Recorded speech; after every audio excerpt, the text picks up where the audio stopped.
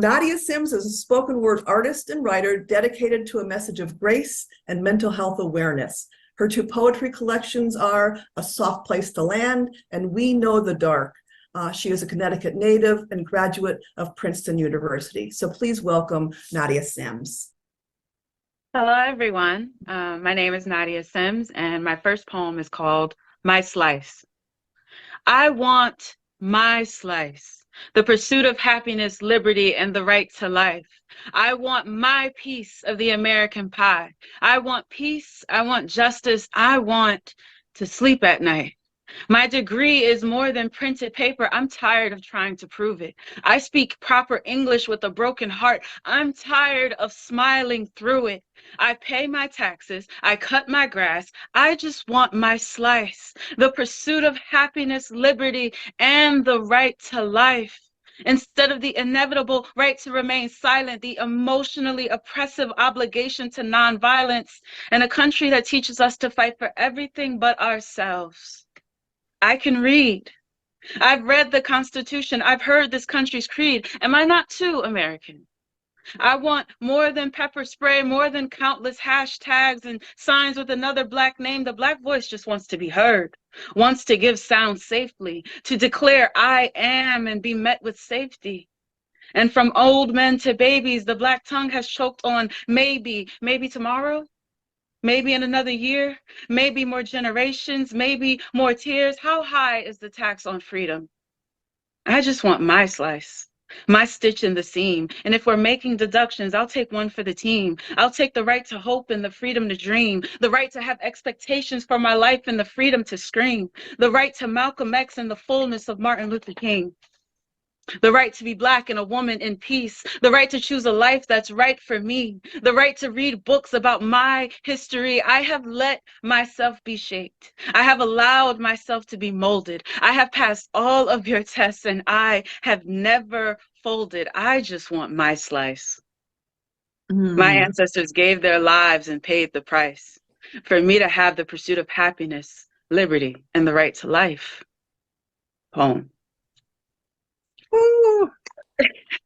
Thank you. I'm just going to keep rolling because of the time. This next piece is called, I asked my mother, am I that bad? I asked my mother, am I that bad? Am I a hurricane, mama? Do I destroy homes, displace families? And she answered, yes.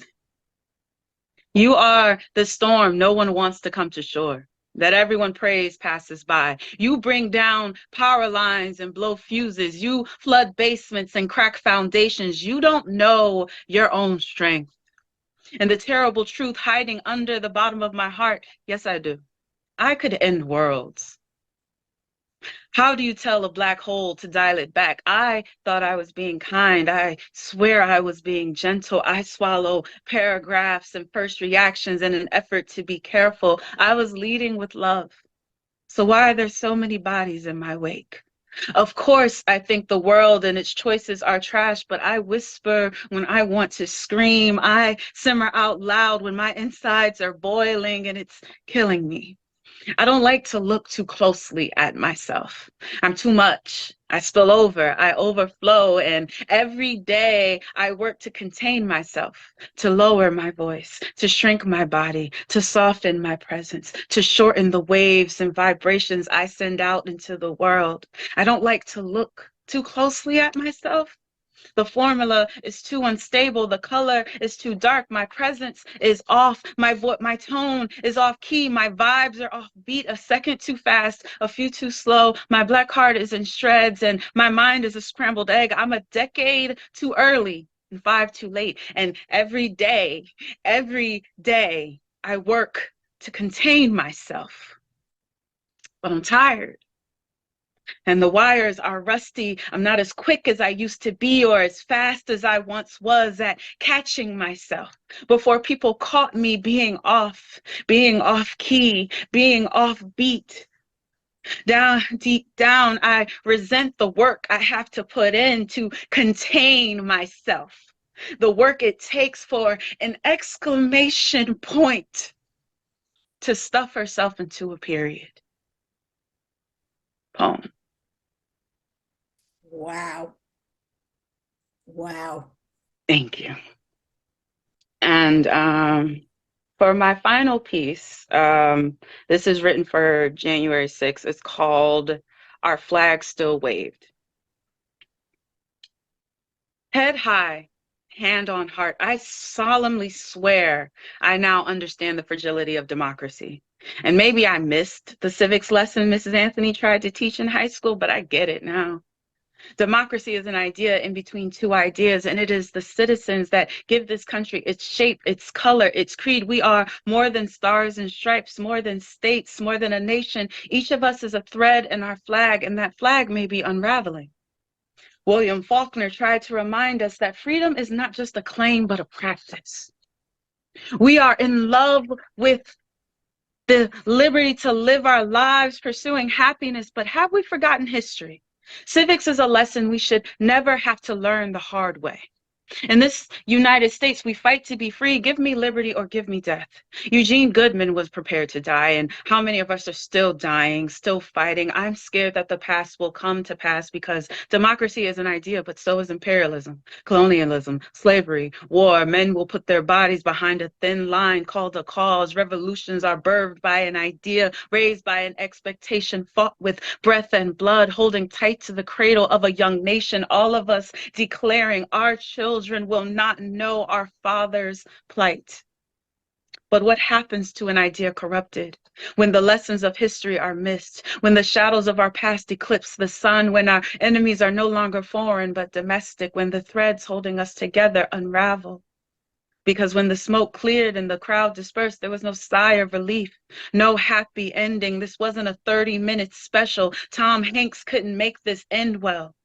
Where do you go? And after an idea has been disturbed, foundation shaken, we are a nation of states. What's the state of our nations? Did you feel it tear? Hamilton, Jefferson, Washington, Franklin. Did you feel it tear? Did the Declaration cry? Did Lincoln's statue weep, still fighting the same demons that haunted his presidency, that a nation conceived 77 years ago for him, conceived in liberty and dedicated to the proposition that all men are created equal, is still asking the same question: can it last? It is for us, the living, to protect this nation under God, birthed under freedom, so that a government of the people, by the people, for the people shall not perish from this earth. Because hope is not just an emotion, it is an idea. Tears can be mended, fabric can be patched, people can change, for while we are not fully healed. One thing happened that day. Our flag still waved. Thank you. Nadia, wonderful. Do you have time for another poem? Do you have another poem you can share? I mean, I do, if you're sure. I'm sure. Please. So this is my go-to piece for grace. It is titled after my first book, A Soft Place to Land. And it goes, I love you. From your head to your soul, from your drive to your dose, smile to edge control. And if you need me to all the extra lengths, I will go. Forget the haters who won't. Make promises and then don't. There's no secret to this. We all fall, lose our minds, lose ourselves to the world around us, to the swirls within us, to our ideas, to our beliefs. We all fall.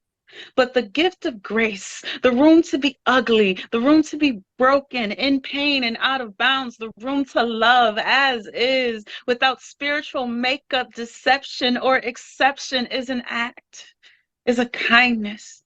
What a glorious thing it is to be someone's soft place to land.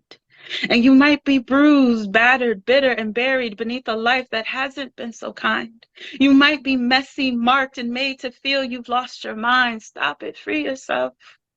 We live our lives in shame. We hold it in our bodies and teach it to our children. We hold lies with a death grip. I've been at the mercy of my body. My weight weighed on me. The list of my limitations grew endlessly, and I could barely stand under a glass ceiling, determined to keep me bent, with my pockets empty and all my money spent. And I stood alone, wondering where all my friends went. Why be shackled by secrets, tamed by shame? You might just be bitter and hurt, but there's no asterisk by your name. I hope you feel seen, Mama. I hope you dream, Mama. I hope you have the space and freedom to scream, Mama. I hope that you deep down you caress your worth and whisper, grow, be full. I hope you pursue full love, fully do, fully true. I hope you pursue not potential, not promises, but facts. 1, you are a goddess, full stop, period. 2, no one deserves you, but they can try. 3, abandon the word beautiful. You are radiant, divine, indescribable. You are a wonder and you are wonderful. 4, phenomena are too far and in between. You are the sun. You command time. Calendars fall. Clocks bow. Days stretch for you. You have time. And have a little more respect for your past self.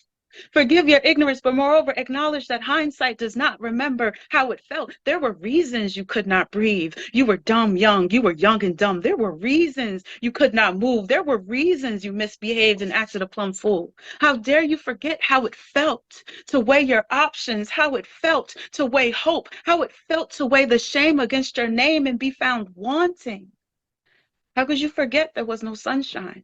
Just a hole. There was no air. All of the oxygen was gone, and there was just a dumb choice and a chance to buy a little time, barter for a few breaths, stay with the devil so you wouldn't be by yourself. Tell hindsight to mind its business. It wasn't there.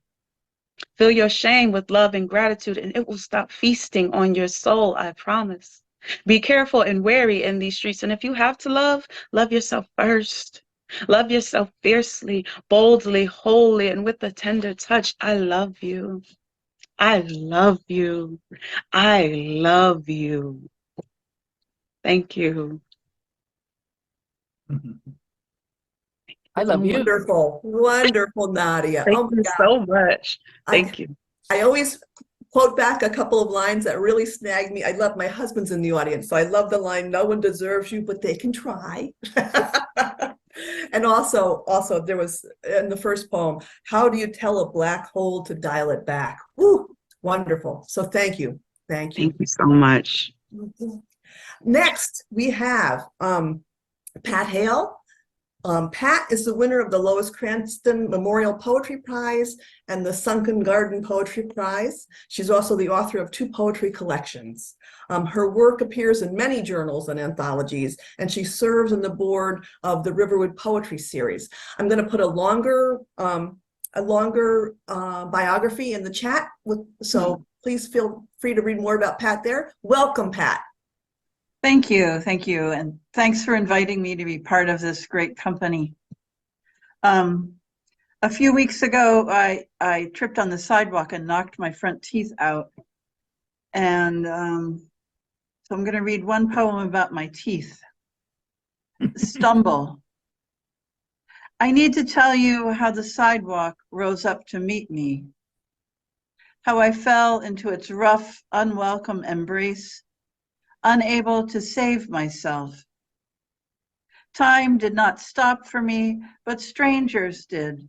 They talked around me and about me, deciding what was to be done with me, while I found my glasses, which were scraped but not broken, and felt around me for my teeth, which were within reach but not where they belonged. These strangers dialed my phone for me and held it out so I could speak. They lifted me up. These perfect strangers were just so perfect. I need to tell you that I fell and bled, that I'm in the process of healing, but part of me is still falling. I will never not have fallen, will always be waiting for that next time. So since I broke my teeth, it's all I see when I look in the mirror, even though people tell me I look fine. And so the rest of the poems I'm going to read are about seeing, and with a touch of frailty. Rain falling on ice. Everything's connected, of course. Cod and krill that swim the Arctic waters, sleek-bodied whiskered seals that eat those fish, both large and small, then poke their heads through holes in the ice to catch a breath of clean Arctic air.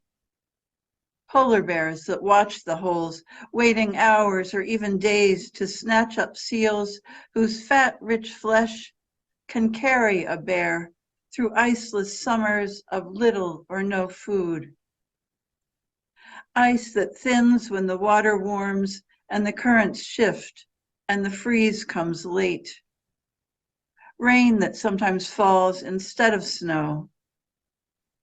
Rain that sometimes collapses a seal's snow cave, leaving muleling pups to die undefended on the ice before they grow large enough to feed a hungry bear. Bears that wait for seals that might not ever come. Bears that swim long distances from ice field to ice field in search of better hunting. Bears lean and hungry, captured in photographs by folks who will fly hundreds or thousands of miles just to see them. For how people love those bears, whose thick fur appears snow white, but really is transparent, like ice.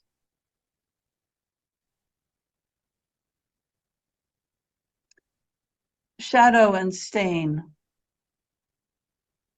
I saw a shadow leave the ground and rise up to the trees, where it stopped and took on solid form. Now I saw it was a bird, a hawk, I thought, though I wasn't sure, my vision blurred with a flare of sunlight through the trees. On the grass below lay a rabbit, neck broken, head askew. It rested there, soft-furred, hindquarters flexed as if in flight, across an open field, despite blood shining brightly at its throat. I left the rabbit there. I wondered what other creature might benefit from that sudden transformation, quick to still, all muscle movement ceased, that small voice come to silence. Next day the hawk returned. Yes, now I saw its red-brown tail and could call it by its proper name. The hawk returned to tear flesh from fur and bone. He tossed aside what he would not eat. I watched him dance on the carcass, loosening the last bits, till only matted fur remained. Some animal or bird must have claimed what was left, perhaps to line its burrow or a rough nest. For as days passed, that sodden mat faded and grew smaller, till it was just a furry stain on the grass.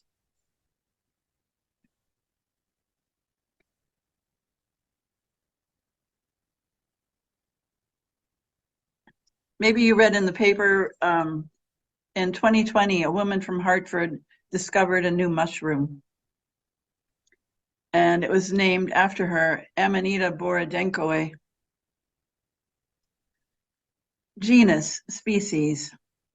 Yes, I'm the one who found it. There in the crumbling leaves, a deep orange mushroom poking up, unlike any I'd seen before.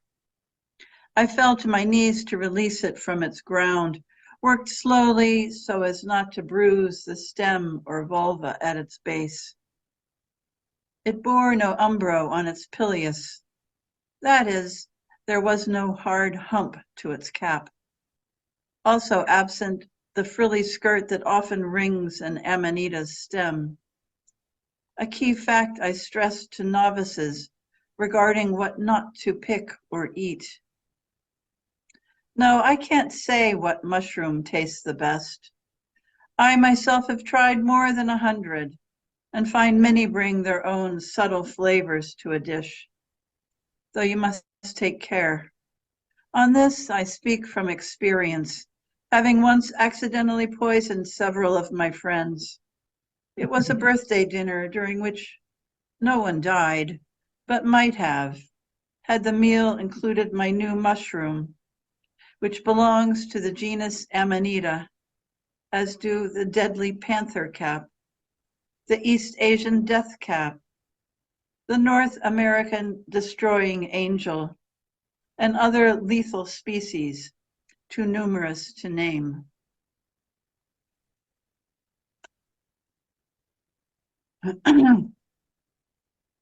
Sometimes I see things that aren't there, like this bear cub. The bear cub. Way up in the backyard oak sits a squirrel's nest, dark and dense. At first look, I took it to be a bear cub, asleep, alone, guarded in its rest by a squirrel that clung to the tree just above it.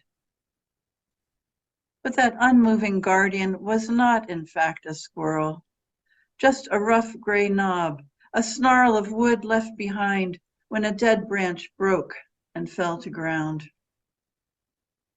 Do I need to say that things aren't always what they seem? My eyes can be unreliable, and so can I. I've left my son's old binoculars, a souvenir of Yellowstone, out on the porch for years, lenses uncapped, unprotected. But they still work. When I take them in hand and look up into the tree, I can still find the squirrel that is not, in fact, a squirrel, keeping a faithful eye on that solitary bear cub, grown even darker and denser with last night's rain.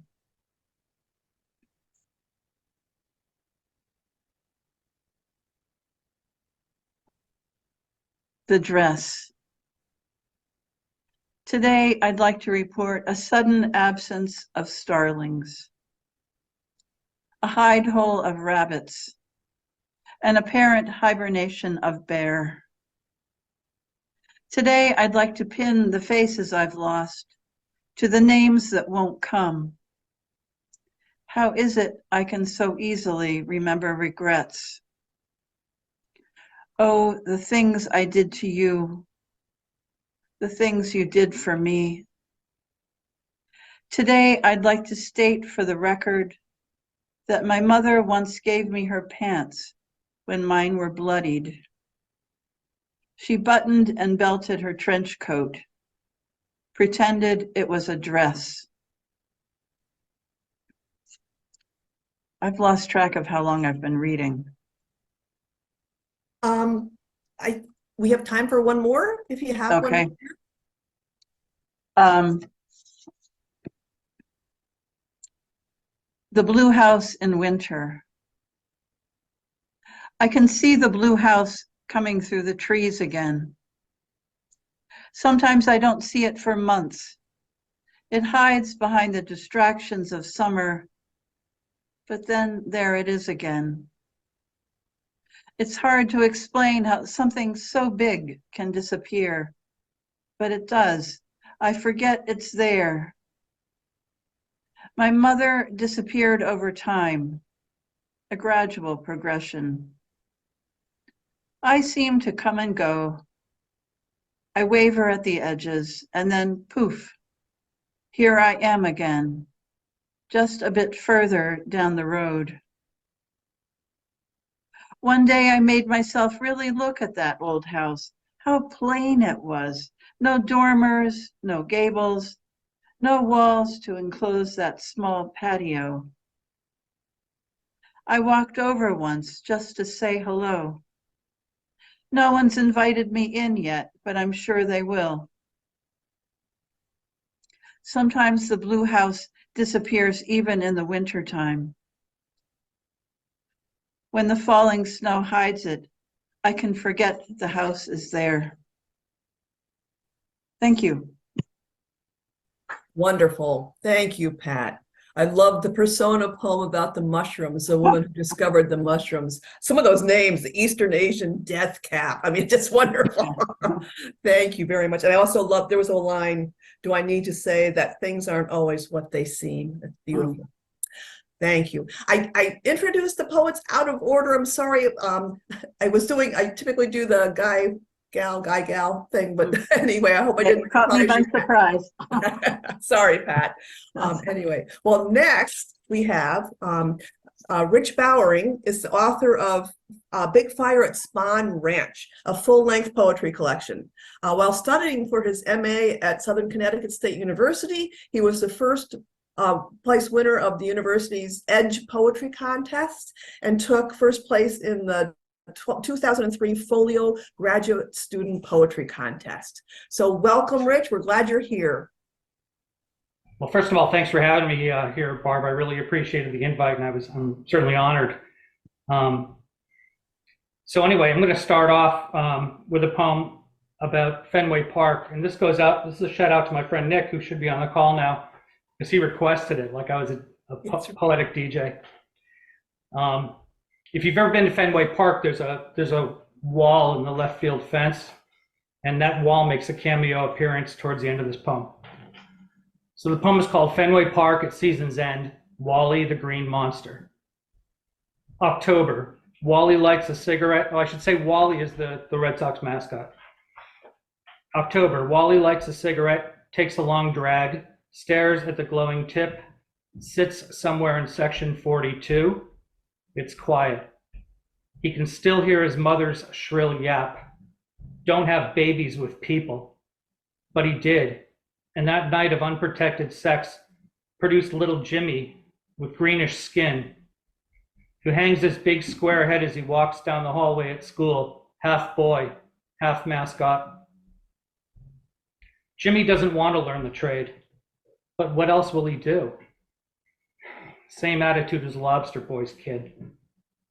Flicking his lucky strike, Wally swallows the last of his Jack Daniels, and groping down the concourse to piss, he stops to hose down a wall. No matter. Later on, he stumbles across center field, and words bear down on him like a necklace of tires. Divorced, absent father, clown. Wally knows that mascots are really just rowdy tourists in the human world, covered with the foreign dust of ball fields. Green and fuzzy, spouting macabre caricatures of human heads and grotesque limbs, flashing huge animal claws and teeth. Looking up at the scoreboard before entering the secret door and going to bed for the winter, he whips a crowd of pigeons into a great frenzy. One day, his son will look in the mirror and see behind his own green head the shadows of 1,000 human voices waiting for his cue. He will hear in that moment the roar that signifies both icon life and icon death.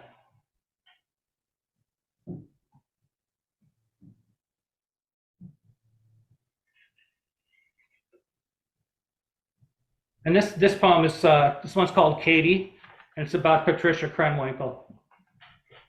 And if you don't know who she is, she was one of Charles Manson's hired killers, and she's now the longest serving inmate in the US penal system. Longest serving female inmate. So it's called Katie. I flew through French doors, streaked and spattered with blood, and across the lawn.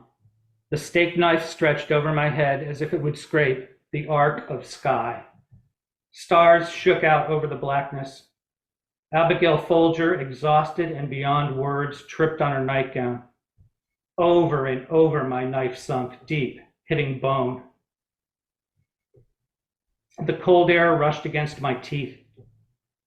My arm, still small and ladylike, bashing this girl insensate, froze over her in mid-plunge as Tex roared up, a gleaming, pulsing monster, to rip at her heart. And something spoke in my heart then. Her pretty eyes drifted. The sad, intimate pool of her blood gave back my face, stuck in a wild rash of stars.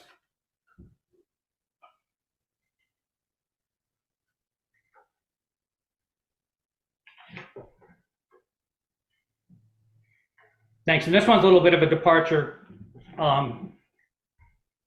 Let's see, in 2011, I was living in Cleveland, Ohio, and I entered this poem in WCLB, Cleveland Classic Radio's Valentine's Day Love Poem Contest, and I wound up winning it. And I was really pleased with the way it came out. It began its life as a variant Italian sonnet. So obviously I started the poem talking about Frank Sinatra. And then I started thinking about my true love, and the whole thing swerved in a different direction. So that's why this poem takes the direction it does. It's called, And Then the Song Conjured Up Your Soft White Shoulders All Over Again. I shuffle home under a midnight sky. Blinking neon bothers smoking cousins, drunk and distracted with braggadocio. Dozens of scratchy violins lift from a tenement door nearby. I poke my head inside. An old man in a pork pie hat listens to Sinatra's September of My Years. He's in Frank's world, where it's always 1954. V8 sedans purr to the curb. 2 olive Vio martinis are shaken extra dry. Jilly Rizzo does in the goons at the Copa. But the Manhattan jazz in this joint of a world gets loud fast, so I call out, "Hey, Big Chief, I gotta go," and split to a swelling of hot brass, while an ambulance somewhere shrieks, "Nothing matters at all." And long into the night, I think about how I would love to kiss you as the lights go out, as your gown and hair lazily fall.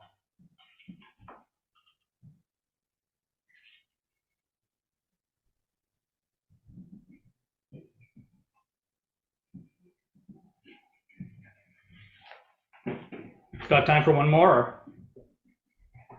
Absolutely. Okay. This one was written about a guy that I used to work with. It's called Waiter. Over at the bar, reading the racing form, half eye, fixed in blue like a sturgeon's, on the clock. Wee mustache marches along upper lip like a band of grenadiers. An accident with a milk truck in your boyhood left that scar on your forehead, purple as a Union tank. Once you were denied service here. You went into the night swinging, your eyes wide plates of fish, 2 Atlantic platter specials. Tonight at closing time, you will zag past shut bars to the firehouse for final round. Through a night, blue like wool, mouth clamped on your smoke. You'll return home when the newspaper trucks hit the streets, an ancient soused gorilla grousing about blood and waves and horses, calling out girls' names you wrote in the covers of school books. In your dreams, you rake through cities back home in your pressed blue smock. The waiter, Catholic, an American. Blue tin roofs and roofs of thatch appear and disappear. You light on phone wires from Derry to Down. You sing as you connect patterns of weather over the coiling surface of the sea. The body retains little of this life, even bone, you think, as the first crow of morning calls out, "Laughing boy," and the blue wool of your city keens back, "Bastard, bastard, bastard."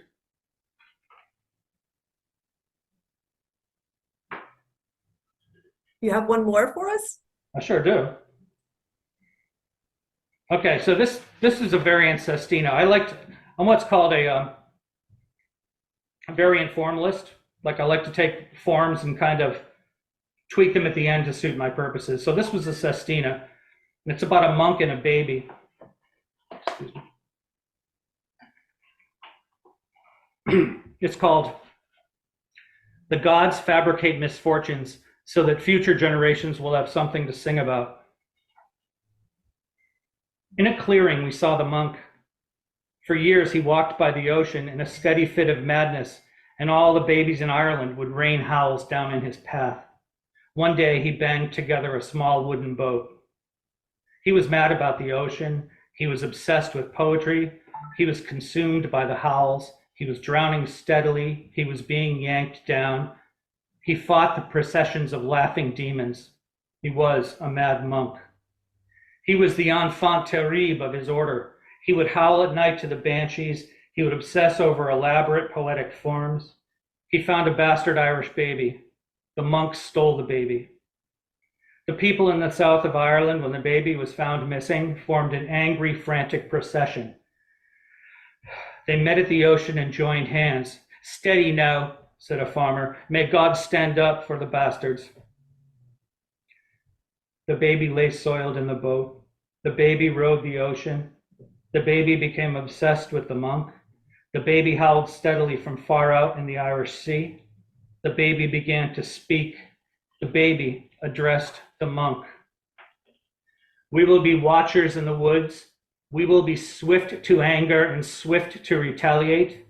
We will know the course of the stars. We will be leaders of men. We will be masters of poetry. We will lead processions of babies and monks on the oceans. There will be a hot bath in our house and a steady supply of beer. There will be oceans of poetry.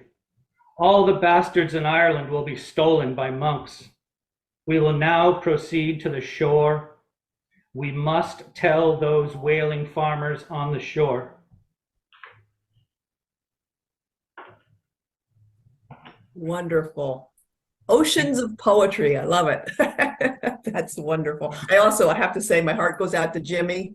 If I had had him in my classroom, he would have been very welcome. Very fun poem. Thank you, Rich. Thank you for joining us.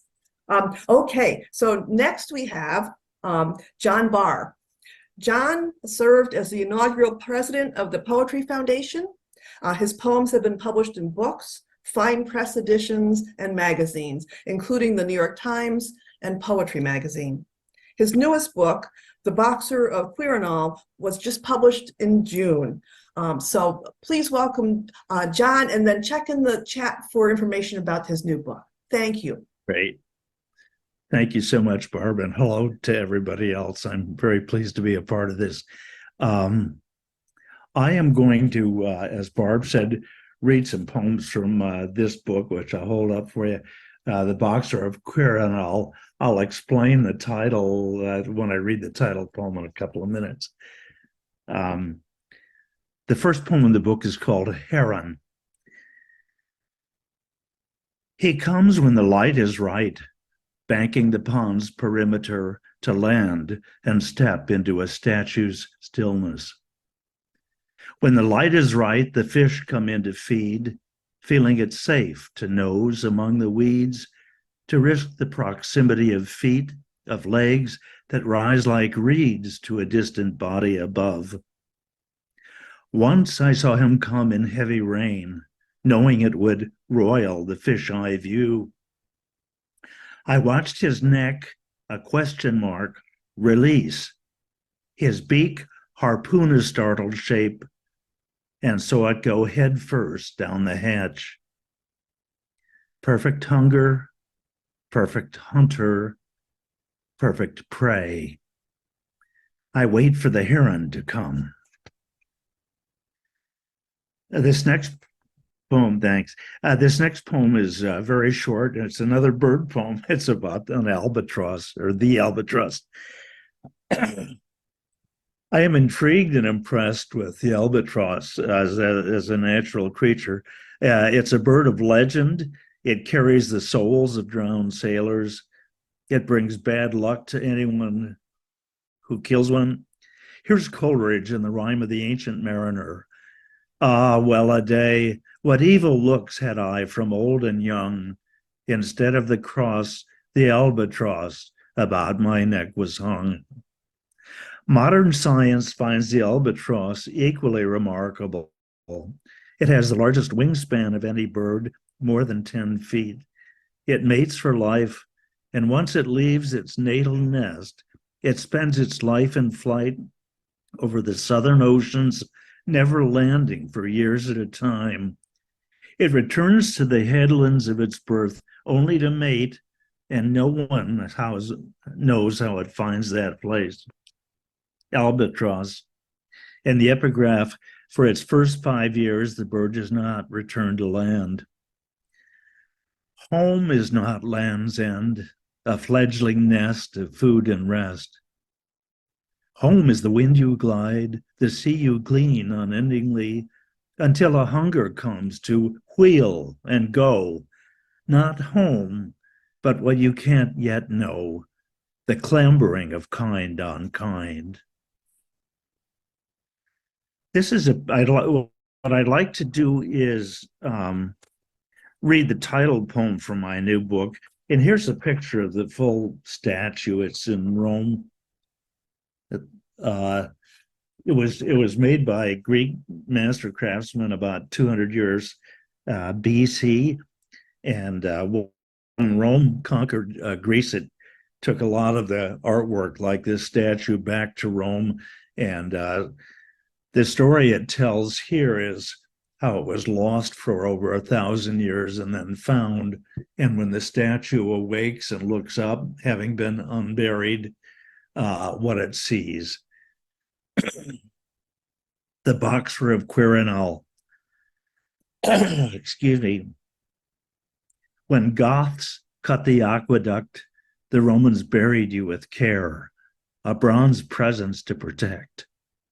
Lost a millennium and more, you were found, foundry perfect. Hide-wrapped hands, ruined head, battered nose, ears, neck, still fresh with copper flecks of blood. You look up, spent utterly by what laurels cost the victor. See, with an explosive vacancy, you're upgirding for the Great War. In the ancient games, the boxers did not box like they do today. First of all, they didn't use gloves. They put wooden or steel metal things on their hands. And secondly, they stood nose to nose and just battered away at each other. They didn't dance around a ring until one of them collapsed or fell or died. So that was the title poem, because there's a lot of poems about war in this new book. In fact, the next thing I'll read to you is about Shiloh. If you read Civil War history, Shiloh was a major early battle in the Civil War. The Confederates won the first day and the Union the second. Casualties, and that's the news, casualties for the two armies at 23,000 came as a shock to both North and South.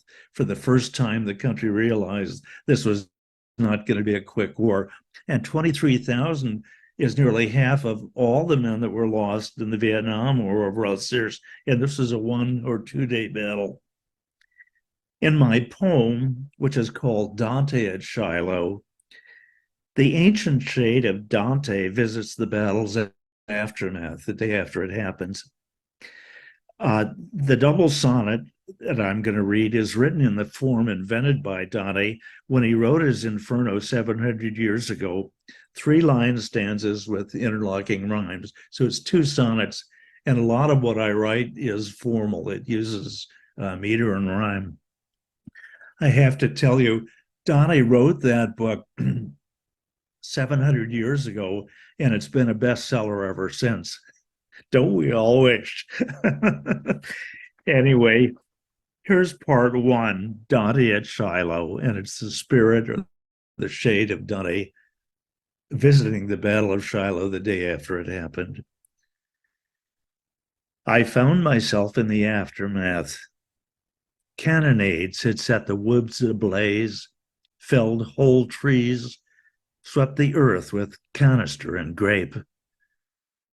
From bodies and body parts heaped up by musketry, aim low and be deliberate, boys. A strangeling crawled. Blue or gray, I couldn't tell, from the mini ball's last meal. Straining to break their cannon free, dead horses, still in harness, hauled. Voices out of the burning undergrowth wept for water as the field fell still. At the iron dice of war, both sides lost. Wild pigs won, squabbling over their feast. And here's part 2. Thanks. Part 2, it's a second sonnet in identical form with the first one. It started to rain, and with it came a troop of orators, men of God, carpetbaggers of every stripe. Gingerly, to avoid the mud, they stepped from one corpse to the next, crossing the swamp, slipping on blood. One started to speak, "Brethren in Christ," but stopped, perplexed, to see another man wearing his face. This progressed, speaker after speaker, until soon each searched and panicked through the group, and when he found his stolen face, that one he mounted and buggered like boar on boar. In self-love or loathing, I wasn't sure.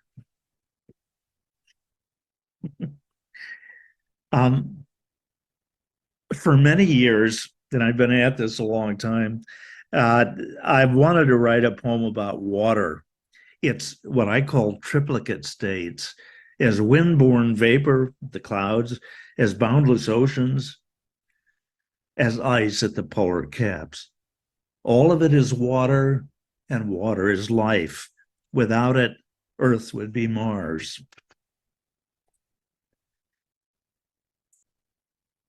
I don't know if you can see that. That's the picture goes with Water's Way. The epigraph for this poem, to explain it, is from the National Geographic Society. It takes 500 years for the ocean's water to complete one trip around the Earth.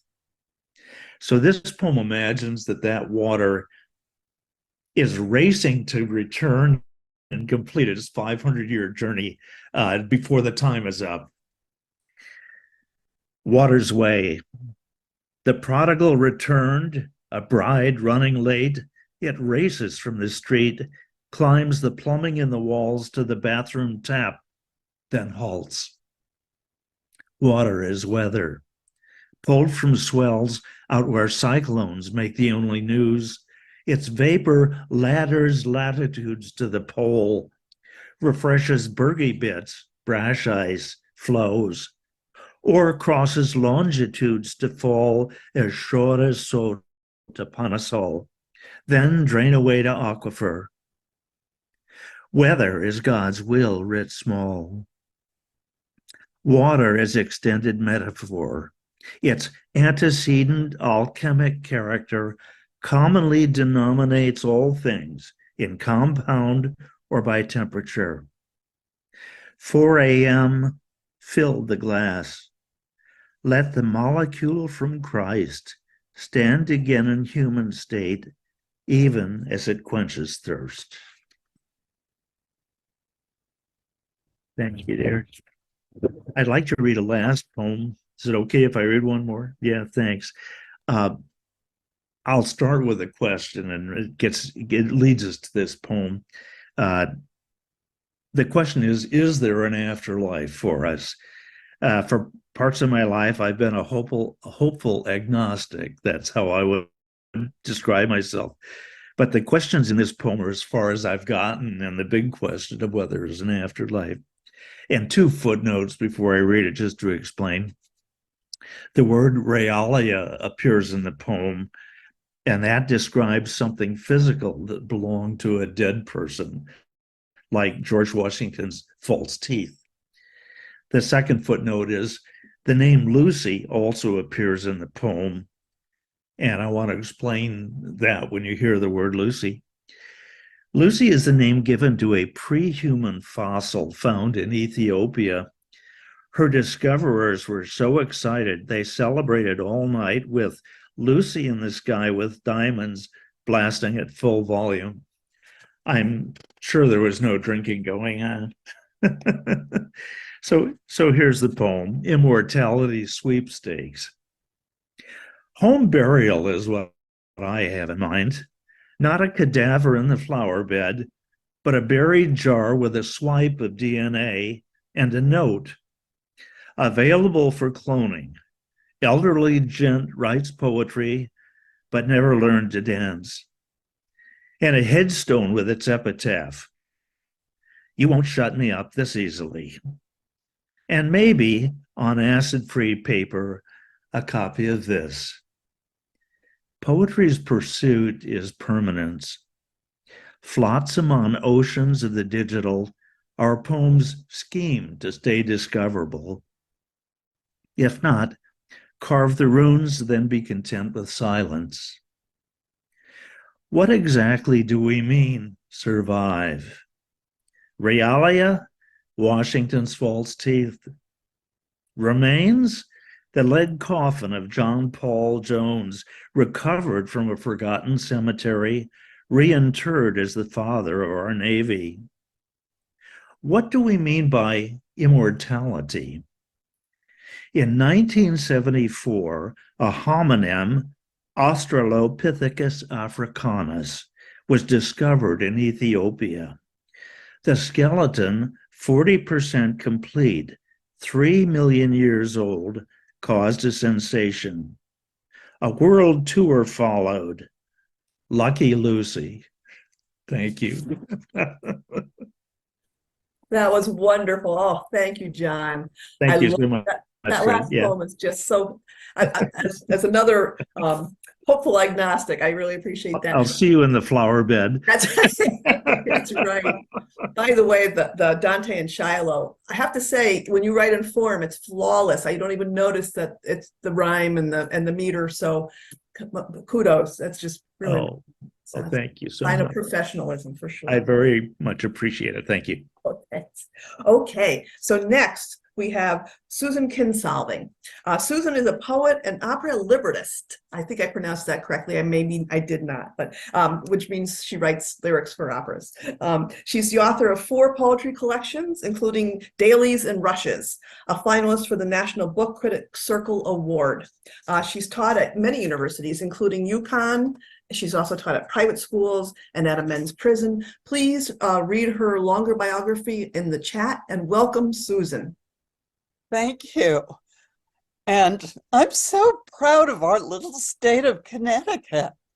How smart and civilized it is. It's really a pleasure to be here. Don't ask me why, but I'm going to read some love poems. Haven't written any in a long time, but that's what I'm going to read. Our fields. With the dog panting beside us, still we could not equate earth or even approximate an animal. Wandering through our fields, we found the bones of a deer, the skin of a snake, old apples, brittle thistles. Torn with the last red berry, my hand bled into your mouth. A cloud covered where we stood, and you left for a long walk in the woods. I slept legs apart in autumn's warmest bed until you returned and said, "The trees need to be cleared. They must not grow any thicker, or we shall never get through them together." A hawk made rings above, and we thought of excesses of love and how they too need thinning, trimming. But that was in September's fire, and by November, we began to tire. Death was near to us that season. We learned to see its beauty and its reason. We let each other grow as self, and then each of us changed into someone else.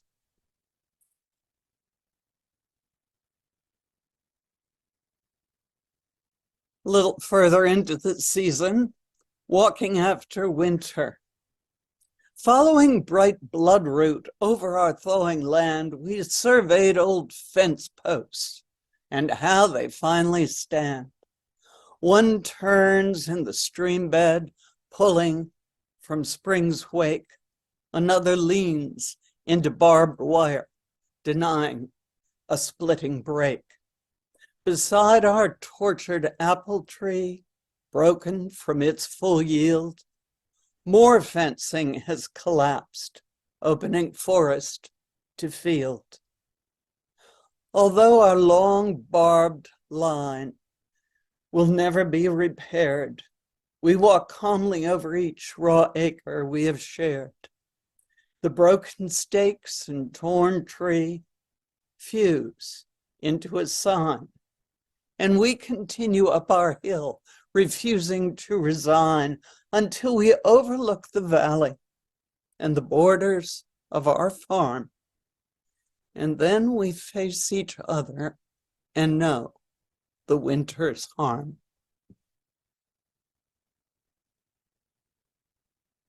Parting gift.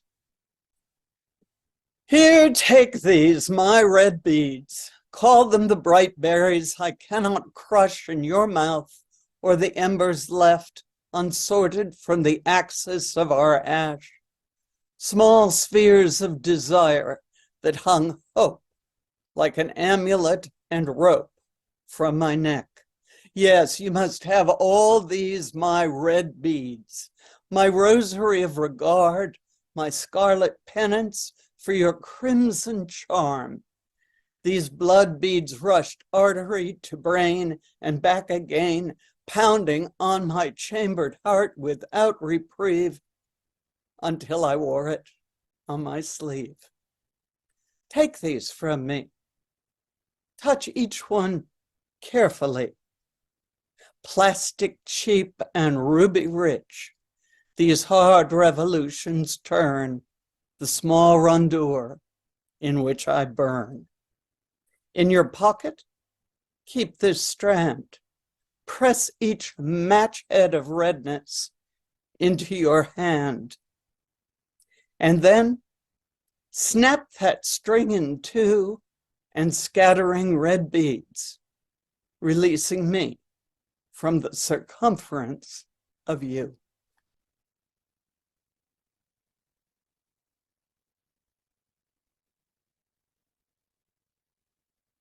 Sotto voce. No one has touched me for months. Maybe now it is years. When a mere cashier places change in my palm, my heart leaps, a small sisson of spirit. I show a doctor where I ache, and I follow his eyes until they turn into cool instruments. No one else enjoys waiting in line, the breath of strangers nearing the neck. But I stand waiting, I stare, and I admit to such deprivation. A plum has made me shudder with gratitude. Its soft flesh so giving, its juices running without regard. I could not help myself. No, I ate plums until I was sick, reaching for more, reaching for more. So that's a sampling from a section from my second book, Dailies and Rushes. Lest you should think I've always had an unhappy love life, I will read one poem at the end of this ordeal. This is from Peripheral Vision, my most recent book, and it is about Thanksgiving, which always manages to encapsulate some familial absurdities. Fill the cavity with crumbs. That, by the way, is a direct quote from a recipe. Fill the cavity with crumbs. We were divorcing, but after giving, Thanksgiving. It was all relative with relatives. Everyone came wanting to grate, mash, carve, or strain. It was a strain. Who knew a frozen turkey took 3 days to thaw? We hauled boiling water to the bathtub. Foul was the noun, but quickly became adjectival. My almost ex overcooked cranberries until they exploded across his shirt like a machine gun, proving him the victim. The garbage disposal jammed and overflowed as his cousin waltzed in with her special dish, lurid whipped yams dotted with mini marshmallows in a heart shape around a smiley face. I eyed the mace. Uncle Ed said an ecumenical grace. Drunk, Aunt Dee described her mother's firm grasp of the superficial and then added, "Make that insult official." My mother replied, "I won't cry because someday I'm going to die." A long pause followed, and people said they'd have to skip the pie and say an early goodbye. Dad called it mincing the mince. Quite undone, he laughed alone at his pun. For me, the days seemed endlessly long, but I was thankful. Nothing really had gone wrong. So where am I in time? I haven't learned to keep track of time since I was born. Let's see. Can you do one more, please? Well, I certainly can, and I will. Thank you.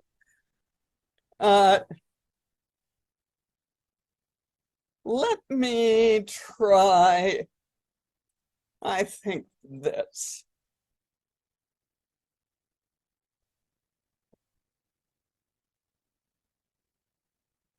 Envisioning.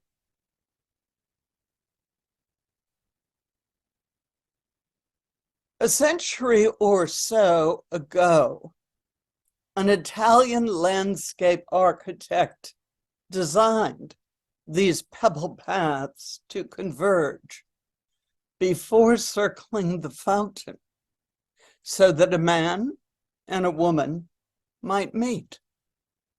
She would approach from the wide marble steps, he over the length of lawn.